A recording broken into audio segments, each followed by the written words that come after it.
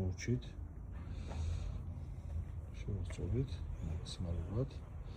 მეტი შესწავლება არ არის საჭირო, თვითონ ისეთი უნდა იყოს, რომ რამოდენად გამოსცეს აქ რადგან ბევრი სცენარები აქ ძალიან გასწავლებული მიწა და არ მოუხდება და ხვალ კიდე შესაბამისად შევასწორებთ და ხვალ ვაკეთებ ბალანსს. დავაყენეთ სარწყავი სისტემა. აქ არის ელექტროგრანები. არის გვერდზე. გვერდზე დავაყენეთ brainboard-ის კომპიუტერი.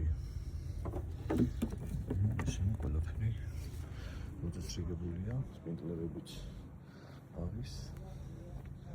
აგერ სპინტლერი ჩანს. აგერ მეორე. ჩოლები.